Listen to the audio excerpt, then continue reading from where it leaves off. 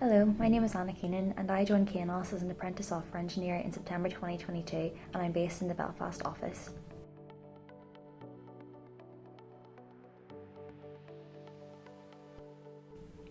I've always had an interest in technology whilst at school, and this developed as I studied computer science at GCSE and at A-level. My computer science teacher always told us and encouraged us about the different opportunities available within the IT industry and made sure that we attended any IT events.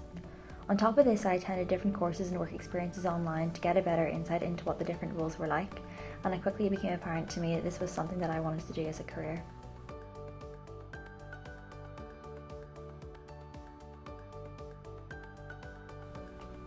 The early year experience has been amazing and I've learned so much and met some pretty great people. At the start, I enrolled in a 16-week engineering academy and I learned about databases, Java, JavaScript and HTML, and in between was involved in many projects. At the end of the academy, my team and I then built an application and deployed it onto the cloud using everything that we had learned and presented it in front of senior Kainos staff.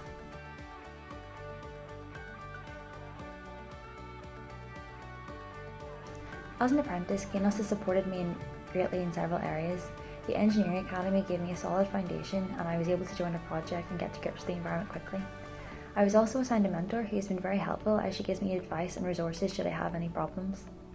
And as we are students studying for a part-time degree, Kainos allows us to take a study day per module should we need to catch up on any coursework.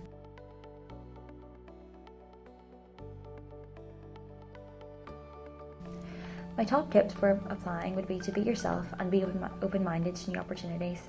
Get involved in as many activities involving technology as you can, whether that's by work experience, going to clubs or courses, just to show that you're interested and to gain a better insight into the IT industry.